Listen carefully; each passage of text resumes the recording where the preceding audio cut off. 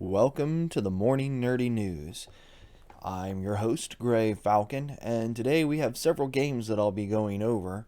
First off, I'm going to talk a little bit about Gamescom. I'm going to say that overall, unfortunately, I was disappointed, and there were only two games that came up that really impressed me that weren't things that had already been shown before. So Ratchet and Clank was really cool because it showed actual gameplay. They talked about how the hard drive, there are no load scenes because everything loads directly off the hard drive. So they're able to do special things where you pull the rift and all of a sudden you're in a new section, new area. You wouldn't be able to do that before. It would have required a load screen to load that kind of jump and change in space before with the system, and now because it loads straight from the hard drive, it allows for that kind of pop in. The game still looks like Ratchet and Clank. A lot of the demo was still most of what we saw earlier this year, and there wasn't a whole lot at Gamescom that really impressed me overall. However, I am going to start with a couple of games that I think were probably the highest points of Gamescom, and it's Adventures of Chris and Unknown 9. And I'm going to go ahead and play the trailer for Unknown 9. This game looks really good. Now, keep in mind, this is only a teaser trailer. It doesn't have any gameplay that I can tell, but it looks like it's run in engine, so I'm going to go ahead and play that for you so you can get a look at what this game is.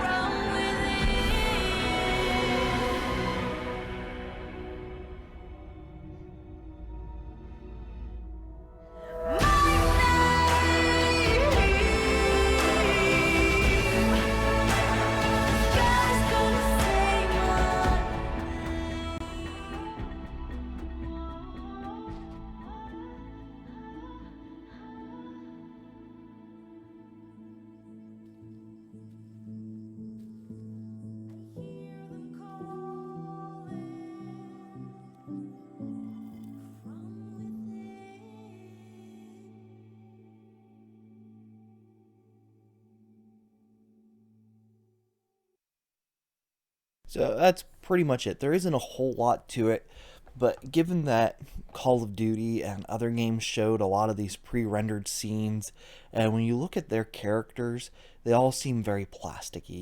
You feel like, while the graphics have definitely gotten better over the years, you feel like you're looking at Ken dolls for the most part, and you got your action figures that are there.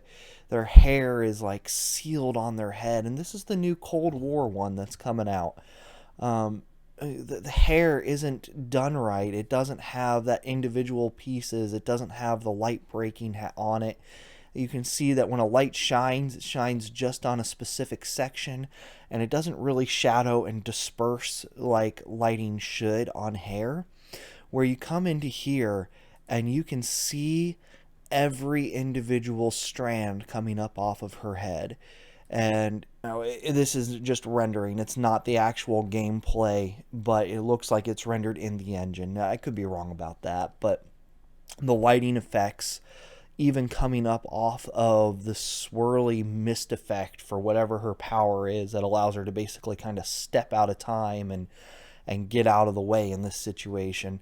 You can just see how beautiful the artifact is in this, and I don't know if that's an effect of ray tracing. If I had to guess, it would be because of how it has that nice gradient through it. Of course, this could also be accomplished through artwork, so it's possible that these are just all individually detailed rendered scenes in order to get that perfect effect. But again, here you can see the light dispersing through her hair that is flying away from the parts of her body, really lightening it and giving a halo effect that goes around and then still has the darkening throughout there. It's a beautiful looking game. Hopefully, once we get closer to launch, get more details on this, because this isn't coming out soon. It'll still continue to have this beautiful effect, but as of right now, this was the most visually impressive game that was there. And my favorite game was Adventures of Chris, because let's face it, how often do you have a game that breaks the mold of what a typical superhero looks like?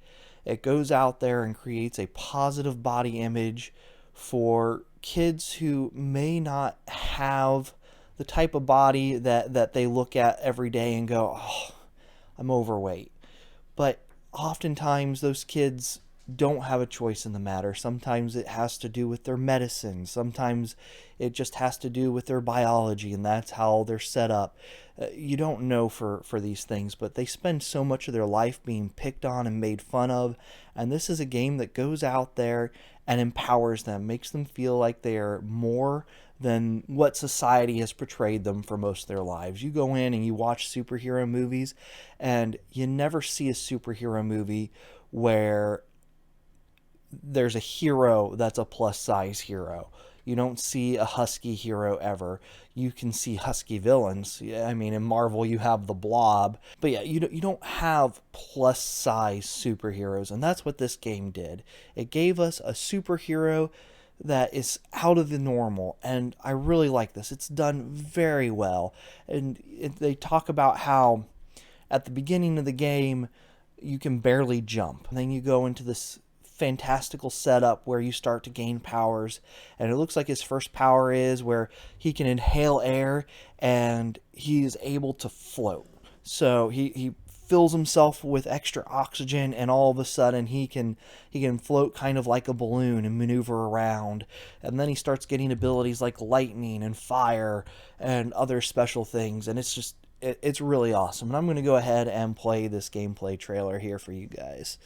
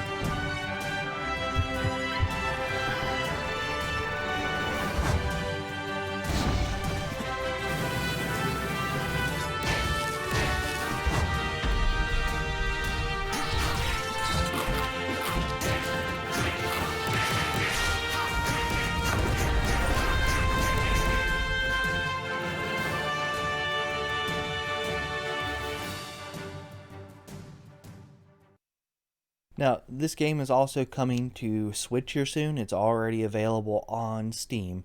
So if you are looking to support a developer that wants to promote a good cause, I'd recommend going over and picking this up. Fallout Guys Season 2 was announced, and it is all about medieval.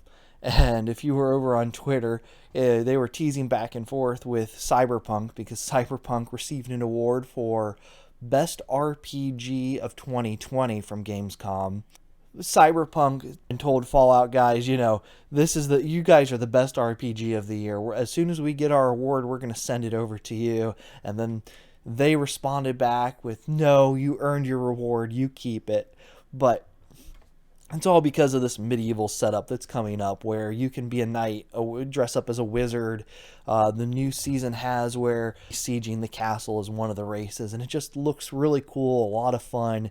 And this gets me far more excited than the current Fall Guys. And the current Fall Guys is fun, it is funny, but I'm being a huge RPG fan and a huge nerd myself. this really makes me want to go in and spend more time playing with the Season 2 setup coming in. And here's some clips of it. They have the actual castle siege happening where you have to work as a team to push the blocks up to the wall in order to climb up and jump over. So these events where you're racing against other people, but you still have to work together with them in order to win, I think that's a lot of fun. Some changes to the game where you have to jump through the rings in order to score points, where they've adjusted the arena and now it's set up inside of a castle. Just overall, a whole lot of new fun things coming. So if you haven't checked that out, this information is all on Techradar for them talking about it. They even have the video available for it. So going into more news for the week, we now have the September games that are going up, and for Xbox we have Tom Clancy's The Division. This is not The Division 2, this is the original Division, but the servers are still up and running for this, so if you have been interested in The Division or just want to jump back in, you've been playing Division 2 and you want something new or different and you didn't play the original, it is going to be over here on Xbox One, free for September, all month. And then in the second half of September, we're getting Unwritten Tales 2. And then for a couple of older games, for the first half, there will be Die Blob 2. And then the second half, we're getting an old original Xbox game, so OG Xbox, Armed and Dangerous to play. And over on PlayStation, for PlayStation Plus, they tweeted their games will be Street Fighter and PlayerUnknown's Battlegrounds. Continuing on with Sony news, Sony Corporate did their report the other day, and in their actual corporate report, down on page 43, they talk about how they are considering expanding more games from their first-party PlayStation titles over onto PC. They say targeted outcomes include growth in active users, stronger retention, and shorter cash conversion cycles from which expand cash flow and can be expected. We will explore expanding our first-party titles to the PC platform in order to promote further growth in our profitability. So, this is exciting and big news. If you are a PC gamer, it might be worthwhile not picking up the new PS5 and just investing in your computer and seeing what games come out. We've seen Horizon Zero Dawn and Kojima's game Death Stranding, and both of those run on the same engine. Death Stranding was done by a third-party company, and it was part of their deal where they would be allowed to bring it over to PC later on. And then Horizon is a true first-party game, but Horizon has had some issues on PC. They are working those out, but my understanding is Death Stranding ran quite well on PC.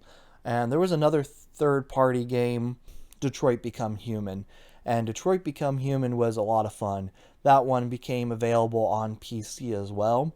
So two of these were like a year after the initial release, and Horizon here is like nearly 3 years after its original release. So it's possible that we see more of these, but it may be significantly older games. So Spider-Man Miles Morales probably isn't going to be jumping over to PC anytime soon. CDKeys has PlayStation Plus 12-month membership for $32, and I just wanted to bring this out. I don't have any sponsors. They don't pay me. I use this site myself. I love this site. This is a UK site, though.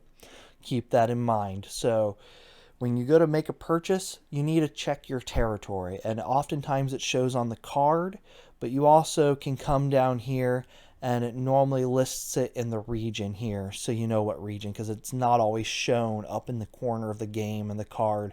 And they sell all kinds of things, and you can get great deals over here. I love going on here and shopping. Lots of good deals on PC. That's where a lot of my PC games come from, is this. And heading over into tech news, I talked the other day in a video that was when to avoid buying a pre-built system. And in that one, the NVMe drive for a 3.0 PCI Express card being sold for $500, but they clearly are being marked down right now. They're now available for around 300 some odd dollars. And this is why, and I made mention of this. It's because Samsung is getting ready to open up that $500 price range for their new PCI Express 4.0 drives. Now, this does not actually give what the prices are going to be, and this is over on Wccftech.